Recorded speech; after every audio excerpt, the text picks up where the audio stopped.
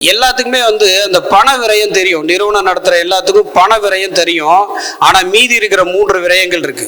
அது ஒண்ணு என்ன அப்படின்னு பாத்தீங்கன்னா நேர விரயம்னு ஒண்ணு இருக்கு.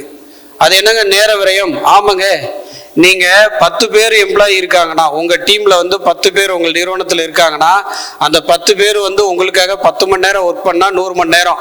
ஒரு எம்ப்ளாயிட்ட இருந்து உங்களுக்கு 100 ரூபாய் கிடைச்சுன்னா ஒரு நாளைக்கு 1000 ரூபாய் வருமானம். நேரம் தான் பணம். அந்த ஃபார்முலா எல்லாத்துக்குமே தெரியும். ஆனா நம்ம அந்த நேர விரயத்தை நம்ம கணக்குல எடுத்துக்கவே மாட்டோம். நேர விரயம் எங்கெல்லாம் நடக்கும்? எல்லா இடத்துலையும் நடக்கும்.